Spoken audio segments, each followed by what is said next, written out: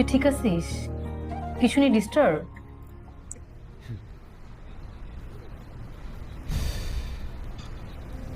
আমার একটা friend suddenly feel করতেছে যে ও তার ওর বেস্ট ফ্রেন্ডকেও পছন্দ করে।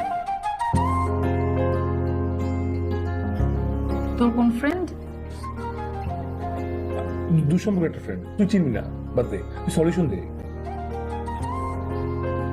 কিসের সলিউশন? ওর এখন কি করা উচিত? প্রপোজ করে ফেল। আই মিন, তোর ফ্রেন্ডকে বল প্রপোজ করে ফেল। ওকে বলি, কিন্তু ফ্রেন্ডশিপ যদি নষ্ট হয়ে যায়?